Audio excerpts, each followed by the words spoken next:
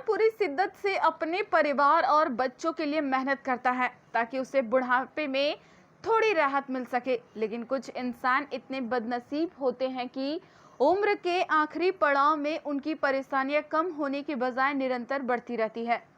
ऐसा ही एक बुजुर्ग है राजसमंद के आमेट उपखंड की दोड़वा पंचायत के सेंगनवास निवासी गोपीलाल नायक। इसके परिवार में एक जवान लड़का और पत्नी मौजूद है, लेकिन दोनों के मानसिक विमंदित है। गोपीलाल के पुत्र की हालत तो यह है कि उसे घर में जंजीरों से कैद करके रखा गया है। इसका कारण यह है, खुला छोड़ने पर वह कहीं भी निकल जाता है और उसे फिर से घर तक लाना किसी चुनौती से कम नहीं है।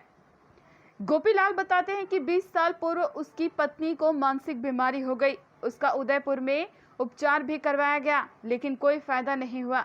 उसके बाद से पत्नी घर पर ही है। मां की मानसिक स्थिति से परेशान होकर पुत्र भी पागल जैसा हो गया। लगातार आर्थिक हालत खराब होने से उसे भी घर में की कैद रखना पड़ा।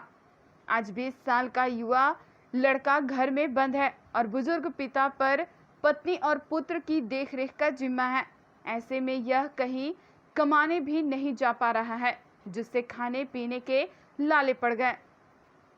हालांकि इसे मुख्यमंत्री जन आवास योजना और सरकारी पेंशन लगातार मिल रही है, लेकिन यह सुविधा ऊंट के मुंह में जीरे के समान है।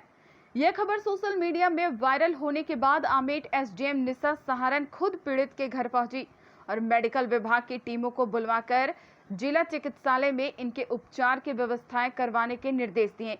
लेकिन सभी तरफ से संकटों से घिरे इस परिवार को कितनी राहत मिल पाएगी, यह तो आने वाले समय में ही पता चलेगा।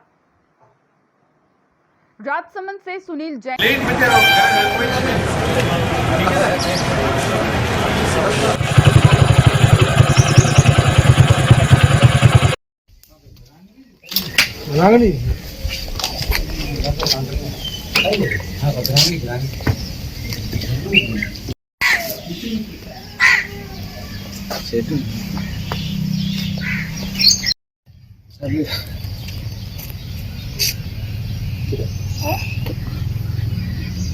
आमेट में होता रहता है।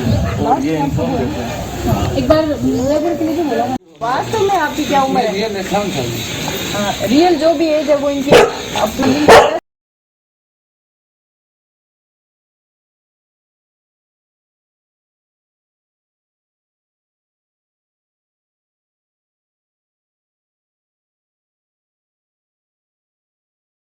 घर वाले 20 साल से ये भी पागल है।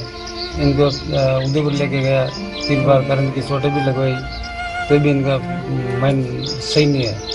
तो वो पागल है। तो और ये बच्चा भी है, वो उनकी टेंशन से ये भी आज 11 साल से ये भी पागल है।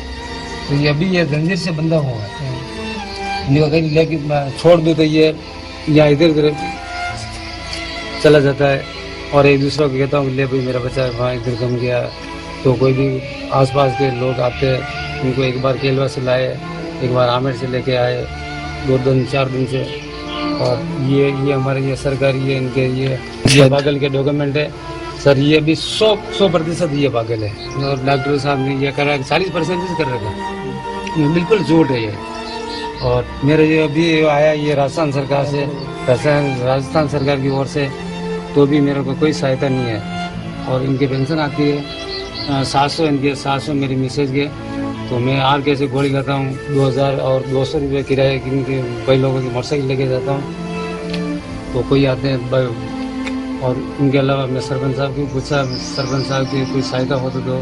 सरपंच साहब को बोलते ही नहीं है और सुनेगी नहीं करते। और इनको एनएफएसए का फ़ायदा भी मिल रहा है। एनएफएसए के तहत हर महीने 30 किलो गेहूँ अभी वर्तमान में इनको मिल रहा है। और इनके यहाँ पर सरकार की तरफ से पक्के मकान की भी व्यवस्था कर दी गई है। इनके यहाँ पे टॉयलेट की व्यवस्था नहीं है, तो वो सेक्रेटरी साहब को मैंने निर्देश दे दिए हैं कि उसका फॉर्म सबमिट करवा के इनके यहाँ पे एक टॉयलेट बनवा दिया जाएगा। इसके अलावा सबसे मेजर इशू यहाँ पे ये राकेश के ट्रीटमेंट का है, क्योंकि ये अपने फादर को और दूसरे लोगों को नुकसान भी कई बार पहुँचा सकता है। तो भी आरके हॉस्पिटल में जो इस डिपार्टमेंट के एचओडी हैं उनसे अभी मेरी बात हुई है, तो तो हम इसकी व्यवस्था करवा रहे हैं कि आरके से इनका रेगुलर एक ट्रीटमेंट हो जाए। अगर कुछ दिन एडमिट करवाने की वहाँ पे ज़रूरत हो तो इनको वहाँ पर एडमिट करवा दिया जाए, और फर्दर फिर हम इसको यहाँ पे कंसर्निंग पीएचसी के इंचार्ज भी आए हुए हैं, वो इसको फिर परस्यू कर लेंगे कि इसको आगे और किस तरह से ट्रीटमेंट करवाना चाहिए। इनको कहीं विमंदित गृह में अगर भिजवाने की ज़रूरत हो तो फिर इनके फादर से बात करके वो करवाएंगे, और अगर ये आरके के ट्रीटमेंट के बाद अगर ठीक महसूस करेंगे तो